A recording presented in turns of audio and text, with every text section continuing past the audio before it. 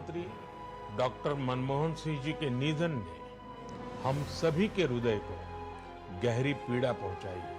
उनका जाना एक राष्ट्र के रूप में भी हमारे लिए बहुत बड़ी क्षति है। उनके जाने से आर्थिक सुधारों के एक युग का अंत हो गया। डॉक्टर मनमोहन सिंह ईमानदार, निष्ठावान, इस तरह का नेता बिरले ही मिल सकता है। इतिहास के पन्नों में जरूर चले गए वो, लेकिन वो देश के एक अच्छे प्रधानमंत्री के रूप में हमेशा जाने जाएंगे। दिव्यता, सौम्यता और विनम्रता के प्रतीक थे। पूरा दुनिया में बहुत तकलीफ हो रही थी, भारत मनमोहन सिंह जी के नेतृत्व के कारण अच्छा रहा। आज उनके क्रिटिक भी उनकी तारीफ करते हैं। भारत माँ ने अपने योग्यतम पुत्र को खो दिया है।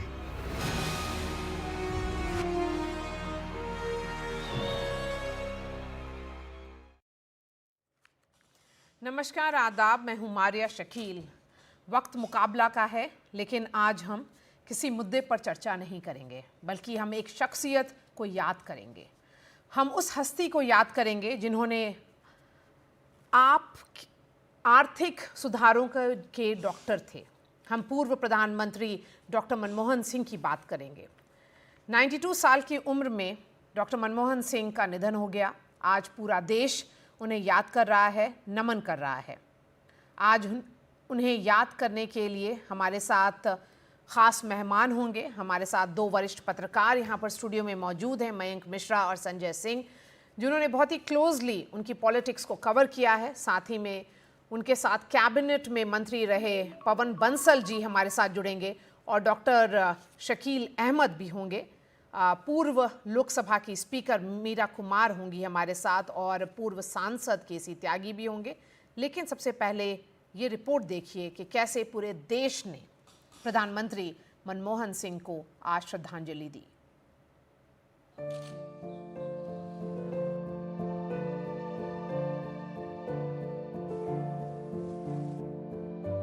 मिट गए मिस्र, यूनान और रोमा, लेकिन कायम है अब तक नामो निशान हमारा।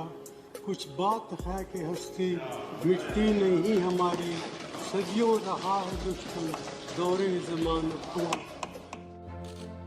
वो सितारों के आगे की जहां के लिए चल दिए। 10 सालों तक देश के प्रधानमंत्री रहे मनमोहन सिंह को आज हिंदुस्तान ने खो दिया। पूर्व प्रधानमंत्री डॉक्टर मनमोहन सिंह जी के निधन ने हम सभी के हृदय को गहरी पीड़ा पहुंचाई है। उनका जाना एक राष्ट्र के रूप में भी हमारे लिए बहुत बड़ी क्षति है। अभावों और संघर्षों से ऊपर उठकर कैसे ऊंचाइयों को हासिल किया जा सकता है, उनका जीवन ये सीख भावी पीढ़ी को देता रहेगा। उन्होंने हमेशा हर दल के व्यक्ति से संपर्क रखा, सबके लिए सहज उपलब्ध रहे। वो एक ऐसे शख्स थे जिन्हें देश को आर्थिक झंझावातों से निकालकर एक नए मुकाम तक पहुंचाने का श्रेय जाता है। पहले वित्त मंत्री के तौर पर और फिर प्रधानमंत्री के रूप में। पहले तो बतौर फाइनेंस मिनिस्टर उन्होंने जो opening up of the economy की, लिबरलाइजेशन की, उसमें उधार किया हमारे इकोनॉमी में, उससे देश आगे बढ़ पाया। उस वक्त ऐसी स्थिति हो गई थी कि हमारे पास फॉरेन एक्सचेंज 10-15 दिन का ही रह गया था। उनकी नीतियों ने एक ही चीज़ पे नहीं, सब जगह पे देश को एक तस्वीर बदल दी थी। डॉक्टर मनमोहन सिंह ऐसे राजनेता थे जिन्होंने न्यू इंडिया की बुनियाद रखी। 24 जुलाई 1991 का दिन भारत की आर्थिक आजादी का दिन कहा जाता है।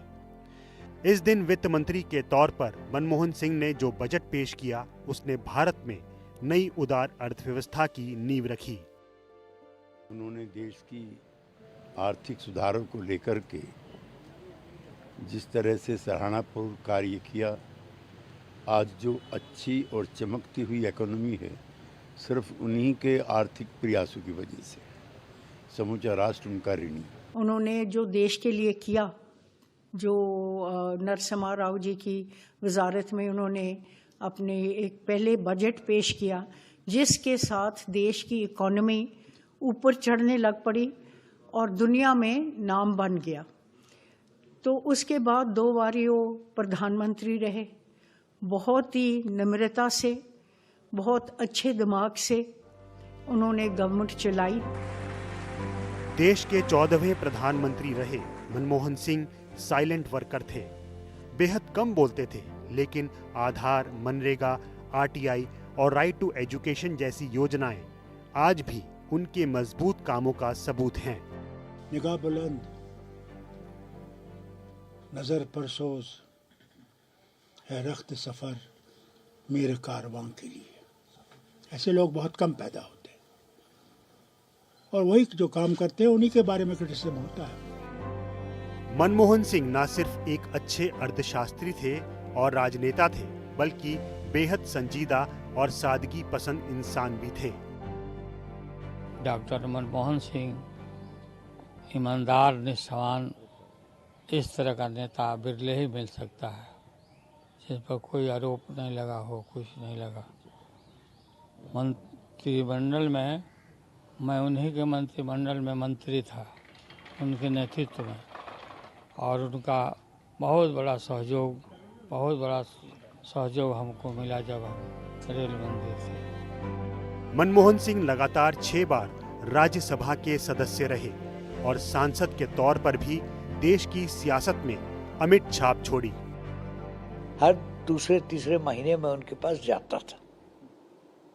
बीमार हो गए थे, बोलने में मुश्किल होती थी, मगर जाता था उनके पास, इसलिए कि उनसे दोस्ती, एक तरफ दोस्ती थी, दूसरी तरफ उनसे ज्ञान मिलता था। डॉक्टर मनमोहन सिंह हमेशा देश सेवा में लगे रहे, लेकिन अपने परिवार को कभी नहीं भूले। कभी भी फैमिली को जरूरत पड़ती है उनकी गाइडेंस की, उनके सुझाव की, उनके सजेशंस की, तो ही वॉज ऑलवेज अवेलेबल। हमने कभी भी उनके यहाँ से नहीं सुना कि व्यस्त हैं या फैमिली के लिए टाइम नहीं है। उनका सारा जीवन सादगी में गुजरा। रात की कोई रोटी हो, सवेर की कोई दाल हो, उससे उनसे उनका ब्रेकफास्ट हो जाता था। उनके जीवन में कोई दिखावट वाला कोई काम नहीं था। वो डॉक्टर थे, अर्थव्यवस्था के डॉक्टर, आर्थिक सुधारों के डॉक्टर, देश को मजबूती देने वाले डॉक्टर, सपनों का हिंदुस्तान बनाने वाले डॉक्टर। लेकिन अब वो डॉक्टर अनंत यात्रा पर निकल चुके हैं। Bureau report, NDTV India. मैं सीधा रुख करूंगी मीरा कुमार का। मीरा कुमार जी, हमारे साथ बात करने के लिए शुक्रिया। आपने प्रधानमंत्री डॉक्टर मनमोहन सिंह जी के साथ काम किया है, उनके साथ काम करना कैसा रहा? आप लोकसभा स्पीकर थीं और उससे पहले आप उनके मंत्रिमंडल का हिस्सा भी थी। सबसे पहले तो मैं डॉक्टर मनमोहन सिंह जी को अपनी विनम्र श्रद्धांजलि देती हूँ। और लोकसभा की जब मैं स्पीकर थी, उससे भी बहुत पहले, बहुत वर्षों पहले से मैं उन्हें जानती थी। हम पड़ोसी थे, हमारे घर आसपास अगल बगल थे और अक्सर मैं उनके यहाँ जाती थी और वे हमेशा आते थे हमारे यहाँ, और मैंने उनसे जीवन में बहुत कुछ सीखा है। मैं ये बताना चाहती हूँ कि मेरा संबंध केवल इस तक सीमित नहीं है कि मैं लोकसभा की स्पीकर थी और प्रधानमंत्री थे।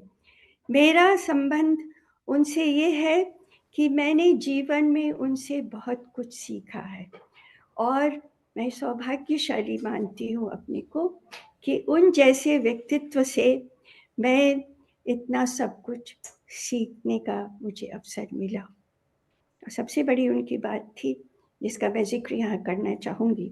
मैं अक्सर लोगों को देखती हूँ कि उनमें कोई ना कोई भेदभाव की भावना होती है। कभी धर्म को लेकर होती है, कभी जाति को लेकर होती है, कभी रंग को लेकर होती है, कभी अमीरी गरीबी को लेकर होती है, भाषा को लेकर होती है। मगर मनमोहन सिंह जी में इतनी सी भी भेदभाव की भावना नहीं थी। He was above any kind of prejudice, which really impressed me, and being associated with him has enriched me, has enriched my thinking. Now, I became a cabinet minister. मैं उस समय कैबिनेट की मंत्री थी जब वो प्रधानमंत्री थे और मुझे सामाजिक न्याय और अधिकारिता मंत्रालय की जिम्मेदारी सौंपी गई। तब उन्होंने मुझसे कहा था, मीरा जी, आपका जो ये मंत्रालय है, ये जो सामाजिक न्याय है, ये हमारी सरकार का चेहरा है, ये हमारी सरकार की पहचान है कि जो सबसे पीछे है, जिसको कोई नहीं पूछता, जिसकी आवाज़ दबी हुई है, जिसको सब धकेल देते हैं, हम उसके लिए क्या करते हैं और कितना करते हैं और हम कितना उसके लिए समर्पित हैं, ये हमारी सरकार का चेहरा है। और मुझे वो बात इतनी अच्छी लगी, मेरे मन की बात थी और मैं समझती हूँ ये उनके और मेरे बीच में ये एक बहुत ही सोचने का एक जो तरीका होता है वो था गहरा। और उसके बाद जब मैं स्पीकर बनी, आपने कहा कि स्पीकर के समय में वो प्रधानमंत्री थे। हाँ, स्पीकर के समय में वो प्रधानमंत्री थे और बहुत से ऐसे अनुभव हुए जैसे एक से एक नगीने होते हैं, मोती होते हैं, उस तरह से उनको मैंने अपने जीवन में, अपनी स्मृति में संजो कर रखा हुआ है। उसमें से एक मैं बताना चाहती हूँ कि एक बहुत पुरानी परंपरा चली आ रही है कि कभी भी कोई राय मशविरा करना हो तो हमेशा प्रधानमंत्री स्पीकर के चेंबर में आते हैं। स्पीकर कभी भी प्रधानमंत्री के कार्यालय में नहीं जाते, ये परंपरा रही। तो एक दिन फ़ोन किया उन्होंने और वो चले आए मेरे कमरे में। मुझे तो बहुत संकोच हुआ, कहीं इतने बड़े हैं और ये मेरे कमरे में, मेरे कार्यालय में आ रहे हैं, मुझे जाना चाहिए इनके यहाँ। अगली दफ़ा फिर उन्होंने फ़ोन किया, कोई ज़रूरी काम था, हम लोगों को उस पर सलाह मशविरा करनी थी। तो मैं कहा मैं आपके यहाँ आऊँगी, आप मत आइए मेरे यहाँ। मैं बोले कि नहीं, मैं ही आऊँगा। मैं कहा नहीं, आप बिल्कुल नहीं आएंगे, मैं आऊँगी। तो मैंने कहा नहीं मीरा जी, ये एक बहुत अच्छी परंपरा बहुत दिन से चली आ रही है, इसे हमें ख़त्म नहीं करना चाहिए। ये स्वस्थ परंपरा है, it's a healthy tradition, we must preserve it. तो मुझे उनकी वो बात अच्छी लगी, उनका बड़प्पन भी था और उनकी सोच थी कि जो हमारे यहाँ अच्छा है उसको हम बरकरार रखें, जो नहीं अच्छा है उसको छोड़ दे, कोई हर्ज नहीं। तो ये एक बात उनके अंदर थी। और तो उन्होंने तो हमारे लिए बहुत काम किया, देश के लिए बहुत काम किया, क्रांतिकारी काम किए। और राइट टू एजुकेशन, बच्चों के लिए शिक्षा कितनी ज़रूरी है, राइट टू इन्फॉर्मेशन, सब कुछ पर्दे के पीछे हो जाता था, लोगों को पता ही नहीं चलता था। तो उन्होंने राइट टू इन्फॉर्मेशन लाना एक बहुत बड़ा कदम था, बहुत साहसिक कदम था कि हमारे यहाँ जो कुछ भी हो रहा है वो खुला है, आप प्रश्न कर सकते हैं और जान सकते हैं। तो ये तो क्रांतिकारी कदम था। और सबसे बड़ा जो उन्होंने किया, मनरेगा लाए। पहले होता था कि हमारी अर्थव्यवस्था में कि हम अपनी आर्थिक स्थिति को सुधार लें, हमारी आय बढ़ जाए, तो उसका असर छन करके नीचे के जो लोग हैं, जो निम्न और बहुत ही गरीब लोग हैं, निम्न वर्ग के, उन तक पहुँचेगी। मगर वो होता नहीं था कभी। तो ये इन्होंने कहा कि नहीं, हम ये क्यों कहें कि जब ऊपर अच्छा हो जाएगा वो छन करके नीचे जाएगा, द थ्योरी ऑफ पर्कुलेशन, नहीं। तो उन्होंने कहा नहीं, हम सीधे उनको लाभ पहुंचाएंगे, वो आए, काम करें और हम उन्हें सीधे सीधे पैसे देंगे। तो ये मनरेगा, तो मैंने शुरू में ही कहा कि उन्होंने बहुत क्रांतिकारी साहसिक कदम, और भी बहुत सारे हैं, कितने गिनाएंगे। और मगर मैं और आर्थिक व्यवस्था को जब उन्होंने सुधारा है, वो तो कोई और कर नहीं सकते थे। मैं इतना कहना चाहती हूँ। मैं बहुत सारे अर्थशास्त्री हैं, मैं उन सब से क्षमा मांगते हुए ये कहना चाहूँगी कि हमारी अर्थव्यवस्था के सुधार के लिए डॉक्टर मनमोहन सिंह जी ने जो किया है वो सिर्फ केवल वही कर सकते थे। तो उस समय अर्थव्यवस्था बिल्कुल ही ध्वस्त होने की कगार पर थी जब वो आए और उन्होंने किया। तो वो शिक्षाविद थे, पढ़ाते थे और बहुत से अर्थशास्त्री उन्होंने तैयार किए, और वो प्रशासन में इतने निपुण थे, एडमिनिस्ट्रेशन में। और फिर उन्होंने हमारे आर्थिक सुधार किया और उसके बाद उन्होंने हमारी राजनीति को। बहुत से लोगों को ये धारणा है कि वो राजनीतिक नहीं थे। मैं तो समझती हूँ बहुत ही निपुण और जैसा राजनीतिक होना चाहिए वैसे थे, और उन्हें कुर्सी का लालच नहीं था, सबसे बड़ी बात। ये एक नज़रिया है जो मीरा कुमार ने हमारे साथ शेयर किया और मैं उनके पास फिर से जाऊंगी, एक और सवाल है, लेकिन मैं डॉक्टर शकील अहमद को देख सकती हूँ हमारे साथ जुड़ने के लिए। शुक्रिया। केसी त्यागी जी पूर्व सांसद भी हमारे साथ हैं, लेकिन सबसे पहले संजय सिंह और मयंक मिश्रा। मयंक मिश्रा, सवाल ये है कि क्या डॉक्टर मनमोहन सिंह को ज़्यादा क्रेडिट नहीं मिला? उनका जो कंट्रीब्यूशन है, पॉलिटिकल कंट्रीब्यूशन, गवर्नेंस का कंट्रीब्यूशन, या आप मान लीजिए आरटीई हो या आधार हो या आरटीआई हो, अगर कंट्रीब्यूशन के लिए उनको क्रेडिट नहीं मिला तो क्यों नहीं मिला? पहले कंट्रीब्यूशन में कंटिन्यूटी की बात करते हैं, 91 से लेके और 2024 तक की बात करते हैं। उनका टर्म तो 2014 में ख़त्म हो गया, उसके 10 साल बाद भी देखते हैं कि वो कितने रेलिवेंट रहे। 91 की बात करते हैं तो पूरा इंडस्ट्री इकोनॉमी पे चेन चढ़ा हुआ था, जकड़ा हुआ था सब कुछ कंट्रोल। अब कितना इंपोर्ट होगा, कितना एक्सपोर्ट होगा, कितना प्रोडक्शन होगा सीमेंट का, कितना स्टील का होगा, रुपये का डॉलर के मुकाबले क्या रेट होगा, सब कुछ कंट्रोल था, सब कुछ कंट्रोल था। हम लोग उस समय कॉलेज में पढ़ते थे तो एक दो चीज़ याद है कि कंडीशन था कि हमको सब्सिडी कम करना है, इसलिए सरकार बहुत सारे सेक्टर से अपने आप को विड्रॉ करने लगी। मेरे बड़े भाई कोल इंडिया में काम करते थे तो अचानक उन लोग को लगा कि अब तो सरकार की तरफ से फंड आ ही नहीं रहा है, हम लोग को तो खुद ही चलना पड़ेगा। उस समय बहुत सारी कंपनियां प्रॉफिटेबल हैं, स्टेट विड्रॉ हुई बहुत सारे सेक्टर से और चेन जो था टूटा। उसके बाद से अर्थव्यवस्था में तेज़ी आने लगी तो ऑब्वियसली कुछ लोगों को फ़ायदा हुआ, बहुत लोगों को, चूँकि स्टेट विड्रॉ कर गई थी तो बहुत लोगों को नुकसान हुआ। ये this Manmohan Singh as an FM उन्होंने किया। अब आते हैं प्राइम मिनिस्टर के रूप में उन्होंने क्या किया। प्राइम मिनिस्टर के रूप में उनका अप्रोच था राइट बेस्ड, जितना right to education, right to food, right to information, इसके साथ साथ एक राइट टू फूड जो अभी तक कंटिन्यू कर रहा है और बड़े मनरेगा, फिर OBC का रिजर्वेशन इसमें एजुकेशनल इंस्टीट्यूट में, और उसमें किसी को नुकसान नहीं हुआ। उसी समय बड़ी कैपेसिटी एक्सपेंशन हुई थी सारे एजुकेशनल इंस्टीट्यूशन में। तो अब ये कंटिन्यूटी में देखिए, पहले में उन्होंने कुछ लोगों को फ़ायदा पहुंचाया वहाँ उस समय के एक्शन से, बाद में उस फ़ायदे को ब्रॉड बेस्ड किया गया।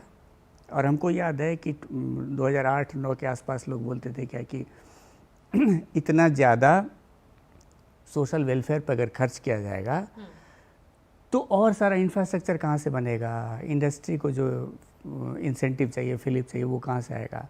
अब 2024 की बात करते हैं, उस समय का ये अब बेस बन गया। अब 2024 में क्या हो रहा है, हमारी शिकायत क्या होती है, अब इंडस्ट्री की शिकायत क्या है कि कंजम्पशन स्लो है। कंजम्पशन स्लो कब होगा कम? कंजम्पशन तब बहुत तेज़ी से बढ़ेगा जबकि लोगों के जेब में पैसा होगा। ये उनके समय में लोगों को पैसा देने का, लोगों को एम्पावर करने का, तो ये रहा इन सम टोटल। हाँ, कि ये उनका अप्रोच रहा और उनके पूरे पब्लिक लाइफ में एक कंटिन्यूटी दिखता है। अब सबसे विडम्बना की बात हमको लगती है कि अब 2009 के आसपास सोचिए, जो एक बहुत बड़ा प्रोजेक्ट इंडिया में बन रहा था आधार का, उसको, और अभी का बहुत सारा डिजिटल इकोनॉमी की जो हम बात करते हैं अब, और सच में जो शोकेस करने वाला पूरी दुनिया में हमारे कुछ चीज़ों में से एक है, वो डिजिटल इकोनॉमी है। डिजिटल इकोनॉमी का बेस है आधार। वो मनमोहन सिंह और नंदन नीलेकैनी ने शुरू किया, उसको कांग्रेस वाले ने डिसोन कर दिया। मनमोहन सिंह का हम सबको याद है लास्ट 2-3 साल जो उनका रहा, हमको अंदाजा लगता हो कितना पेनफुल रहा होगा। इतने बड़े आदमी, इतने बड़े सोच वाले, इतने विजनरी, उनको उनकी पार्टी ने ही डिसोन कर दिया था। मैं सवाल पूछती हूँ डॉक्टर शकील अहमद से। डॉक्टर शकील अहमद, इतने बड़े विजनरी, क्या उनकी पार्टी ने उनको डिसोन किया? देखिए, मैं इस बात से बिल्कुल सहमत नहीं हूँ। उनकी पार्टी ने उनको पूरा सम्मान दिया और कहीं कोई कंफ्यूजन पॉलिटिकल काम NSC का था सोनिया गांधी जी की लीडरशिप में, एडमिनिस्ट्रेटिव काम डॉक्टर मनमोहन सिंह जी का एज ए प्राइम मिनिस्टर था, और काम का की बात सारे देश के लोग आज गिना रहे हैं। अगर आज जिस तरह से cross the party line Manmohan Singh ji के कार्यों की सराहना हो रही है, उनके कार्यों के बारे में चाहे विपक्ष के लोग हो, हम तो उनके सहयोगी थे, उनके मंत्रिमंडल के सदस्य थे, लेकिन आज पूरा देश जिस तरह मनमोहन सिंह जी की नीतियों के, उनके कामों की, उनके अचीवमेंट्स की, जिसमें आधार भी है, जिसमें जो लोग उस वक्त विरोध करते थे, लेकिन आज उसका समय नहीं है कि हम किसी को क्रिटिसाइज करें और किसी को ये करें। आज उनको श्रद्धांजलि देने का समय है और निश्चित रूप से देश के लिए जो उन्होंने किया है। और मेरा अपना मानना है मारिया के मनमोहन सिंह जी जितने बड़े अर्थशास्त्री थे, ब्यूरोक्रेसी में जितने आगे गए, इन सब के अलावा वो सबसे बड़े और सभ्य व्यक्ति थे। उनका व्यक्तित्व इतना बड़ा था। उर्दू का एक छोटा सा शेर है जिससे उनके व्यक्तित्व के बारे में थोड़ा सा प्रकाश पड़ता है कि आपसे झुक के जो मिलता होगा, आपसे झुक के जो मिलता होगा उसका कद आपसे ऊंचा होगा। और मनमोहन सिंह का जो कद था वो बहुत लोगों से बहुत बड़ा था और यकीनी जो उनको मिलने का तरीका था, बात करने का तरीका था अपने छोटों से, तो स्वाभाविक रूप से वो स्नेह था। और मनमोहन सिंह जी की जो सबसे कि वो सभ्य थे, शालीन थे, मगर कमजोर नहीं थे। आप लोगों को याद होगा, आप भी बहुत सीनियर जर्नलिस्ट हैं देश की, कि जब जॉर्ज बुश जूनियर और डॉक्टर मनमोहन सिंह जी ने न्यूक्लियर समझौते में गो अहेड का फैसला किया कि हम आगे जाएंगे, तो बाहर के जो अपोजिशन के लोग थे, जो और दूसरे लोग थे सरकार के विरुद्ध, उन्होंने अपोज किया तो किया। हमारे अपने संगठन जो हमारा गठबंधन था उसके लोगों ने भी सहमति नहीं जताई, बल्कि समर्थन वापस ले लिया सरकार से। लेकिन डॉक्टर मनमोहन सिंह जी ने कहा कि न्यूक्लियर समझौता जो है, पोखरण 2 की वजह से जो हम पर सैंक्शंस लगे हैं, उससे हमारी आने वाली पीढ़ियों के विकास पे असर पड़ रहा है। हमको बहुत सी टेक्नोलॉजी नहीं मिल पा रही है, जो इंडस्ट्रीज आनी थी वो नहीं है। न्यूक्लियर पावर के साथ साथ इन सब बातों पर है, ये देश के हित में है। और मारिया, मुझको ये कहने में कोई झिझक नहीं है कि दुनिया भर में ये परंपरा रही है सरकार में रहने वालों का कि वो अपनी सरकार के लिए देश को दांव पे लगा देते हैं। भारत ही नहीं, दुनिया में है हर जगह। लेकिन मनमोहन सिंह जी ऐसे प्रधानमंत्री थे जिन्होंने देश के हित के लिए अपनी सरकार दांव पे लगा दी। मैं उस सरकार का सदस्य था और आप लोगों को याद होगा कि कुछ 15-20 वोटों से, कोई ये नहीं था कि जबरदस्ती नहीं थी मनमोहन सिंह पर दबाव, एक एग्रीमेंट हुआ था, उनको लगता था कि वे देश हित में है, तो देश हित के लिए वो कमजोर नहीं थे। देश हित के लिए जो उनको अच्छा लगा तो उन्होंने अपनी सरकार को भी दांव पे लगा के वो देश हित का काम किया। और दूसरी तरफ लोगों से मिलने की बात, जो ट्रस्ट था हमारी कांग्रेस की उस समय के अध्यक्ष सोनिया गांधी जी और डॉक्टर मनमोहन सिंह जी का, एक बार भी कहीं आपको, अरे मीडिया में और विरोधी अपना जो बोलते रहें, लेकिन एक बार भी, हम लोग तो अंदर से देखने वालों में हैं, एक बार भी दोनों में मिसअंडरस्टैंडिंग नहीं हुई। इतनी अच्छी समझ थी दोनों की 10 साल तक निश्चित रूप से, और आधार हो, इसका इंफॉर्मेशन हो, राइट टू फूड हो, राइट टू एजुकेशन हो, या और भी बहुत सी बातें जो उन्होंने किया, उसके लिए हमेशा उनको याद किया जाता रहेगा। और मुझको आज अच्छा लग रहा है कि सारे पार्टियों के लोग, सारे दल के लोग, इर्रेस्पेक्टिव ऑफ कोई डिफरेंस के बाद भी मनमोहन सिंह जी की प्रशंसा खुलकर कर रहे हैं। आदमी जब सामने रहता है तो 10 दोस्त 10 दुश्मन रहते हैं। असल आदमी की पहचान होती है जब वो सामने हमारे नहीं रहते हैं। आज मनमोहन सिंह जी की शरीर हमारे सामने है, कल पंचतत्व में विलीन होगी, लेकिन उनका जो किया हुआ कार्य है, इर्रेस्पेक्टिव ऑफ पार्टी डिफरेंसेस, अपनी अपनी सोच से अलग होके भी सारा का सारा देश मनमोहन सिंह जी को याद कर रहा है, उन्हें श्रद्धांजलि दे रहा है, उनके नाम को याद कर रहा है, उनके कार्यों को याद कर रहा है।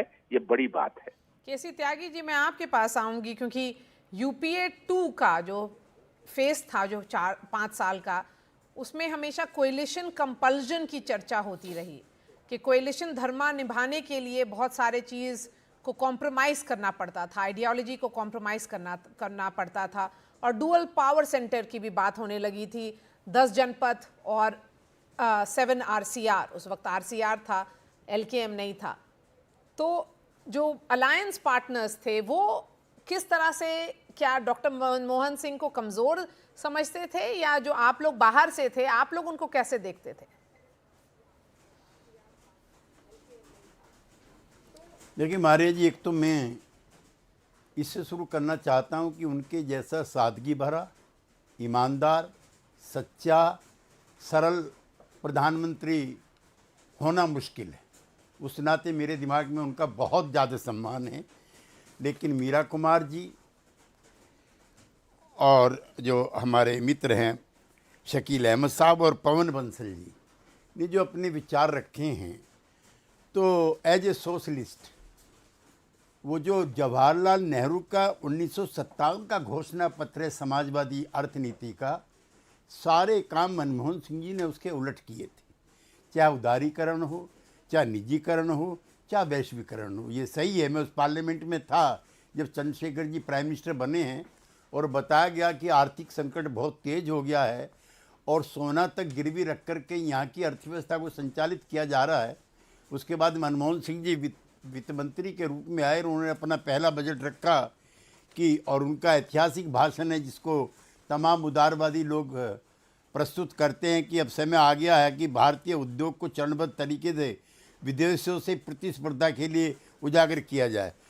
ये FDI तब आई, ये उदारीकरण तब आया, और जो पंडित नेहरू ने राष्ट्रीयकरण किया, इंदिरा जी ने बैंकों का राष्ट्रीयकरण किया, पब्लिक सेक्टर को मजबूत किया, उन सारी चीज़ों को डीनेशनलाइज करने का काम आदरणीय मनमोहन सिंह जी के नेतृत्व में हुआ। उसके कुछ अच्छे नतीजे भी निकले। एक स्टेज ऐसी थी कि 10 पॉइंट समथिंग तक GDP भारत की पहुंच गई थी, जो अब तक कभी नहीं पहुंची। जो अच्छी चीज़ें हैं उसकी मैं तारीफ करने से नहीं पीछे हटूंगा, लेकिन समृद्धि के कुछ टापू बने मारिया जी, समूचा देश संपन्न नहीं हुआ। और गरीब और अमीर के बीच का जो इंडेक्स, जो दूरी है, आप नोट करेंगे 91 के बाद ही इतनी बड़ी सुनिए, कुछ धनाढ़ लोग इतने हो गए, रोज़ आपकी गिनती होती है कि विश्व में इतने धनाढ़ हो गए, भारत में इतने धनाढ़ हो गए। गरीब और अमीर के बीच की जो दूरी है वो भी बढ़ी। और तीसरा, मैं चूँकि कृषि के मामले में मेरी रुचि रहती है, ये जो किसानों का आर्थिक संकट है वो भी उसी के बाद शुरू हुआ है। इतनी किसानों ने आत्महत्या कभी नहीं की जितनी उदारीकरण की। मैं मनमोहन सिंह जी को दोष नहीं देता हूँ, उस अर्थव्यवस्था को दोष देता हूँ जिसकी वजह से इतने किसानों ने आत्महत्या की। आज भी वो किसान संकट, एग्रेरियन जो डिसऑर्डर है, वो आज भी जस का तस बना हुआ है। ये सही है। एज ए गुड इकोनॉमिस्ट, 2008 में जब विश्वव्यापी मंदी आई तो भारत को बहुत खतरा पैदा हो गया था, लगने लगा था कि शायद यहाँ की अर्थव्यवस्था की चौपट हो जाएगी। बैठे हैं बंसल जी, वो गवाही देंगे, और मीरा जी कि जो लेमन्स ब्रदर हैं, जो दुनिया का सबसे बड़ा अमेरिका का बैंक था, वो तक बैंक करप्ट हो गए थे। उस समय भारतीय अर्थव्यवस्था को बचाने का काम मनमोहन सिंह जी ने किया। तो एक इंसान के रूप में मारुति गाड़ी में चल कर के अब तो जो म्यूनसिपल कॉरपोरेशन का मेंबर भी बन जाए, उसके नखरे देखो। एक मेरा खुद का अनुभव है, कुछ मामलों में वो बड़े सपाट थे। अब एक बार हम काठमांडू से लौट रहे थे तो वहाँ के माओवादी नेता प्रचंड बन गए थे, वहाँ के प्रधानमंत्री।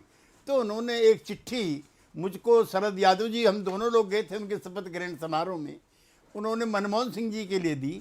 हम लोगों ने अपॉइंटमेंट लिया, जा कर के चिट्ठी सौंपी, तो उस पर लिखा हुआ था, Maria ji, Prachanda prime minister people's republic of Nepal. ये कम्युनिस्टों की भाषा है।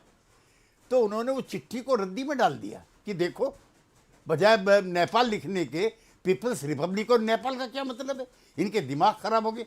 तो वो इतने सरल भी थे, जो उनके विचार थे वो उसके लिए जरूर कमिटेड थे।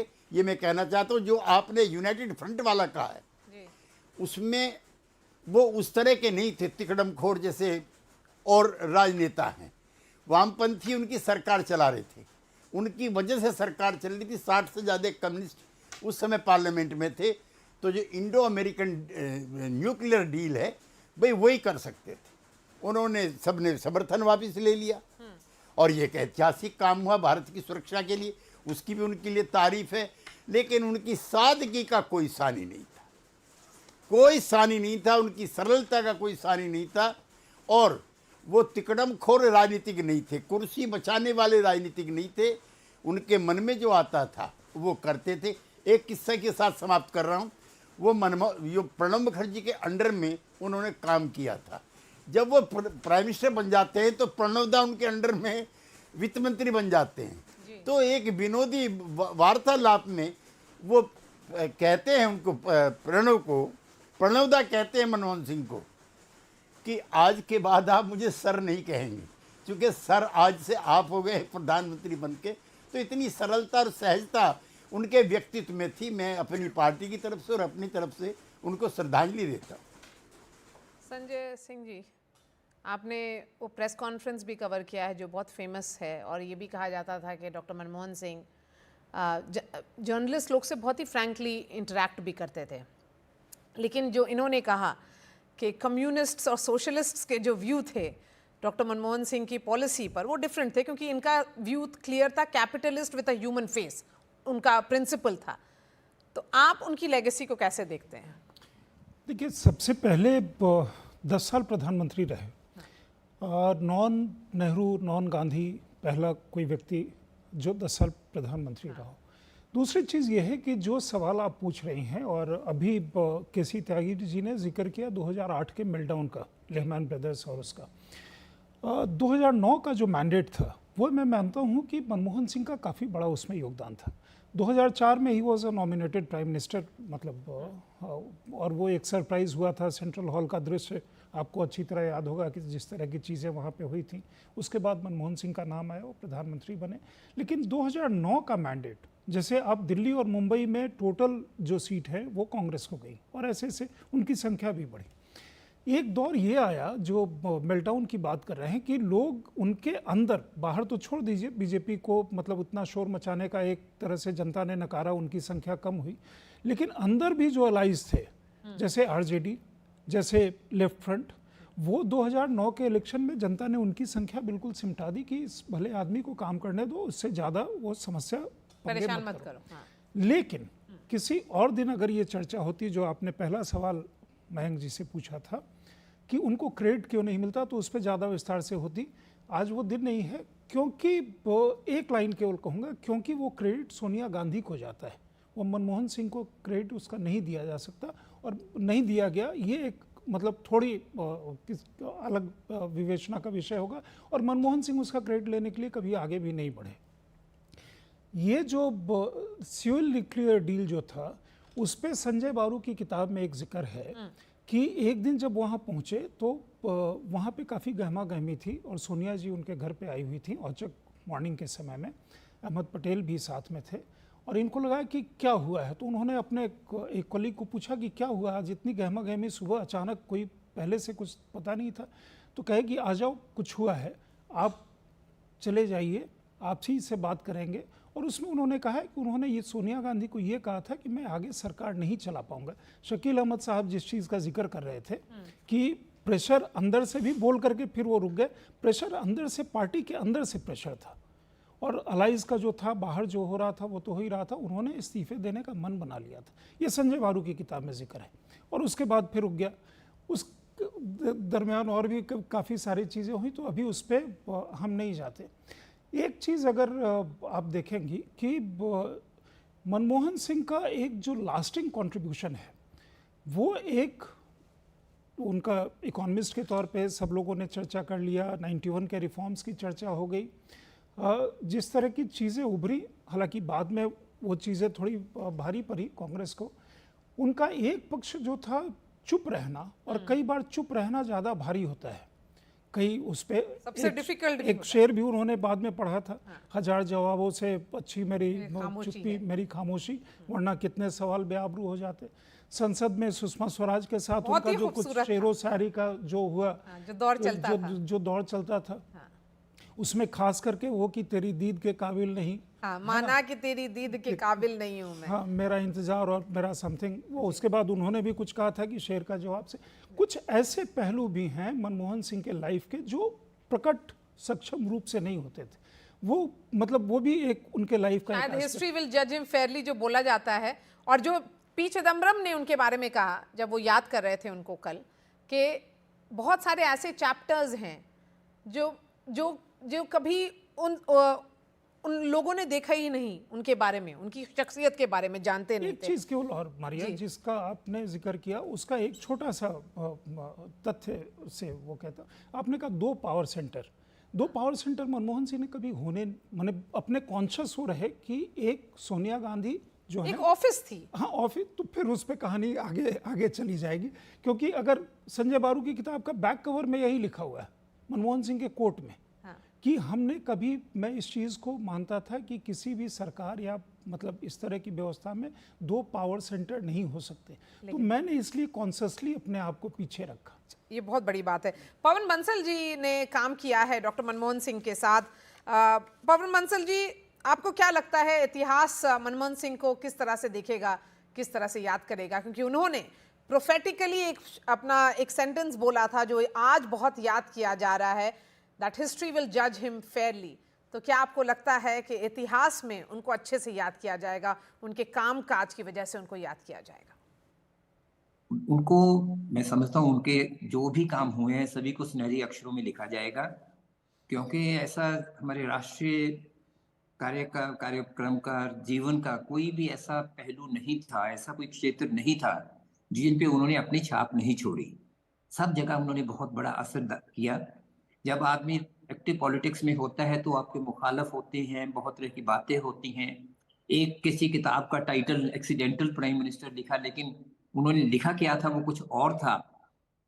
वो ये नहीं था कि इसके काबिल नहीं थे, इसके नहीं थे, वो तो उन्होंने लिखा था कि बनना नहीं चाहते थे, हालात ऐसे हुए कि उनको उस वक्त श्रीमती सोनिया गांधी ने उनको चुना कि पार्टी की लीडरशिप पार्टी की तरफ से वो करेंगे। लेकिन जो भी उनके काम हुए पूरे अपने कार्यकाल के दौरान, एक एक चीज का आप जिक्र कर लीजिए। पहले तो फाइनेंस मिनिस्टर के तौर पे जो उस वक्त हमारी आर्थिक व्यवस्था को एक नई दिशा दी। उसके बाद जब प्रधानमंत्री बने, क्योंकि एक बुनियादी तौर पे लोकतांत्रिक पसंद इंसान थे, उन विचारधारा के थे, लोकतंत्र की विचारधाराओं के, तो उन्होंने इस जो सूचना का अधिकार वो सबसे पहले दिया, क्योंकि एक एक नागरिक को ये अधिकार मिले कि सरकार के क्या काम हो रहे हैं, सरकार पे नजर वो उसके जरिए रख सके। बाद में बच्चों की शिक्षा के लिए राइट टू एजुकेशन बिल्कुल उन्होंने किया, जोर डाल के उसको किया। 25% स्कूलों में, पब्लिक स्कूल्स में उसके लिए रिजर्वेशन की। फूड सिक्योरिटी एक्ट, जिसमें अनाज हमारे पास थे बहुत, लेकिन कानून ऐसे थे कि उनको सिर्फ पीडीएफ के जरिए कुछ मिलता, उसको अच्छा बनाया गया। सभी के लिए 5-5 किलो का वो 1 रुपए के रेट पे उसका उन्होंने किया। किसान हमारे अन्नदाता हैं, उनके कर्ज माफ किए। और फिर उसके बाद जो लैंड एक्विजिशन एक्ट का था, जिसमें बहुत अंग्रेजों के समय का कानून था, बहुत कम कीमत पे लोगों से जमीन ले ली जाती थी, उसको बढ़ाया, उसका फेयर कॉम्पनसेशन किया, उनके पुनर्वास का इंतजाम किया। ये सब चीजों के, और सबसे ऊपर फिर उसके बाद आधार कार्ड, जिसका हम आज जिक्र करते हैं, बार बार हमारी टेक्नोलॉजी के और आगे को बेहतर है, वो उन्हीं की देन है। जो इंडस्ट्रियलाइजेशन वगैरह के लिए, हमारे आगे तरक्की के प्रोग्रेस के लिए इंडस्ट्रियलाइजेशन की ज़्यादा ज़रूरत है, और आगे बढ़ने की, यहाँ प्रोडक्शन की ज़रूरत करने के लिए बिजली की ज़रूरत है। उसके लिए अपनी सरकार भी दांव पे लगा दी उन्होंने, लेकिन वो एक इंडो यूएस न्यूक्लियर डील किया, जिससे एटॉमिक एनर्जी हमारे देश में उसका उत्पादन हो सकता है। उनकी नीतियों के कारण ही था कि जब 2008 में दुनिया भर में एक आर्थिक मंदी आ गई थी, उस वक्त भी उन्होंने ऐसी हमारी नीतियां दी हुई थी कि हिंदुस्तान को उसकी आंच नहीं आई, हिंदुस्तान उससे अनस्केथ्ड निकला। पवन बंसल जी, एक और सवाल है मेरा आपसे। उनके विरोधी उनको कमजोर प्रधानमंत्री के तौर पे देखते थे, आपने उनके साथ काम किया है, कभी कमजोरी उनकी दिखी आपको? कोई ऐसे कमजोर नहीं थे, लेकिन वो दिखावा नहीं करते थे, वो अपनी बात पे फर्म थे। उनके अपने विश्वास, जो अपने उनके विचार थे, वो उनके बारे में उन्होंने कभी उसमें वेवरिंग नहीं होते थे। वो उनको मालूम था वो किस चीज को क्या करना है, लेकिन अकोमोडेटिव थे, औरों को साथ लेके चलने में विश्वास करते थे, एक आम सहमति के साथ, कंसेंसस के साथ काम करते, सभी की राय लेनी। और हमेशा ये रहता था कि कैबिनेट की मीटिंग्स में भी कि क्या क्या विचार हैं सभी उनके सदस्यों के, उसको लेके फिर उसके बाद किसी चीज का फैसला करना। एक इस ढंग से थे कि एक सचमुच दिल से सच्चे डेमोक्रेट थे। वो कमजोरी किसी जगह पे नहीं थी। एक मैं समझता हूँ बल्कि वो प्रधानमंत्री थे जो उनकी एक इनर स्ट्रेंथ उसी वक्त नजर आई थी जिसका मैंने अभी जिक्र किया है, जब वो Indo US nuclear deal for peaceful purposes जब वो हुआ था।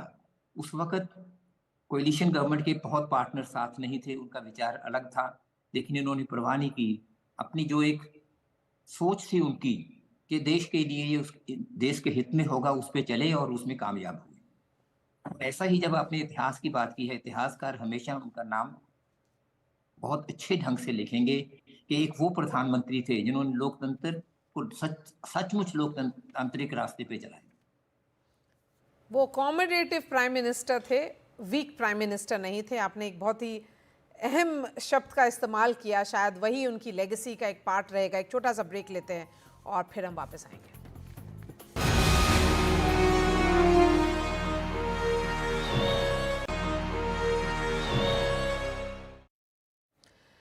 पूरा देश आज डॉक्टर मनमोहन सिंह को श्रद्धांजलि दे रहा है। हमारे साथ अभी मीरा कुमार जी जुड़ी हुई हैं। मीरा कुमार जी, एक सवाल आपसे मैं ये जानना चाहूँगी, आपकी आखिरी मुलाकात कब हुई थी डॉक्टर मनमोहन सिंह के साथ और क्या बात हुई थी? मेरी आगे बात वो पीछे वो बहुत अस्वस्थ हो गए थे, तो उससे थोड़ा पहले जब वो उतने अस्वस्थ नहीं थे और मुझे लगा कि अब जाना ठीक होगा, बहुत ज़्यादा अगर वो अस्वस्थ हैं तो उनको डिस्टर्ब करना ठीक नहीं है, तब मैं गई थी। और मैं और ये भी जिक्र करना चाहूँगी, विशेष उल्लेख करना चाहूँगी और आदरणीय श्रीमती गुरशरण कौर जी का। उन्होंने, मैं तो कहती हूँ वो ही शक्ति थी पीछे, जो कुछ हुआ उन्होंने इतनी तपस्या की और इतनी सरल हृदय हमेशा वो मिलती थी। और इतना शिष्टाचार, इतनी विनम्रता, इतनी सादगी बहुत कम देखने को मिलती है, जो मैंने उनके घर में देखा। सब लोगों ने उनकी सादगी की चर्चा की। आप दोनों पत्रकार रहे हैं, काफ़ी साल से पत्रकार रहे हैं, क्या वो सादगी दूर से भी दिखती थी मयंक जी? दिखती थी, और इसीलिए वही इंटरलिंक्ड है। वो सादगी जो है उनके पर्सनैलिटी में इस तरह से इंटीग्रेटेड था कि वो ह्यूमिलिटी उनकी, कोई सादगी पसंद आदमी ही इतना हम्बल हो सकता है और इतना डेमोक्रेटिक हो सकता है। और इसीलिए इसी से जुड़ा हुआ है कि वो उनको कहा था वीक प्राइम मिनिस्टर थे। जिस आदमी ने 10 साल में देश को इतना बदला हो, और आप अभी भी देखिए कि आप राइट टू एजुकेशन की बात कीजिए, राइट टू फूड की बात कीजिए, राइट टू इन्फॉर्मेशन की बात कीजिए, किसी भी उनके बड़े फैसले की बात कीजिए, they all of them are still very very relevant. इतने बड़े बड़े फैसले आदमी को हम लोग वीक कैसे बोल देंगे? उसका इशू ये है मारिया कि साथ में ये चीज़ें हुई, सारा का सारा क्रेडिट सोनिया गांधी और एनएससी को गया। दूसरे साथ में ऐसी बहुत सारी कंटेंशियस चीज़ें देश में हो रही थी जिसमें प्राइम मिनिस्टर का इंटरवेंशन होना चाहिए था या करते हुए दिखना चाहिए था, वो चीज़ें नहीं हुई, जिसका खामियाजा आर्म्स लेंथ की जो बात होती है, आम मतलब कीप एट आर्म्स लेंथ, और भी बहुत सारी चीज़ें हुई, जिसका नतीजा ये हुआ कि आप देखिए उसके बाद का जो सत्ता परिवर्तन हुआ, मतलब व्यवस्था परिवर्तन लोग चाह रहे थे, सत्ता परिवर्तन नहीं चाह रहे थे, इस तरह का यूपीए 2 के बाद हुआ। लेकिन मनमोहन सिंह का मतलब सादगी उनका ऑर्नामेंट था ऑफ कोर्स, लेकिन कई बार उस सादगी में बहुत सारी चीज़ें नहीं होते हुए वो जो ओवर पावर करने वाली एक चीज़ लोगों को फील होता था, मुझे स्वयं फील होता था। मनमोहन सिंह जब व्हीलचेयर पे मतलब दिल्ली बिल के लिए वोट करने आए थे, मुझे अच्छा नहीं लगा था, क्योंकि हम देश के प्रधानमंत्री के रूप में मनमोहन सिंह को एक इमेज थी, और मतलब आप पीछे आकर के वो काफ़ी देर इंतजार किए। उस दिन मुझे लगता है कि प्रधानमंत्री मोदी ने उस सिचुएशन को संभाल लिया और उन्होंने जो चीज़ें कहीं, वहाँ से मनमोहन सिंह के लिए आज जो प्रशस्ति में मतलब इतना सारा कुछ कहा जा रहा है कि मनमोहन सिंह को आज उनका एक पार्लियामेंटेरियन का जो कमिटमेंट होता है प्रोसीडिंग्स को लेकर के वो वोट करने आए हैं, मुझे लगता है वो एक बहुत बड़ा एक मतलब अभी की सरकार की तरफ से, उसके मुखिया की तरफ से पूर्व प्रधानमंत्री के लिए एक बहुत बड़ी चीज़ कही गई थी। हमारे साथ जुड़ने के लिए शुक्रिया। मुकाबला में बात यहीं तक।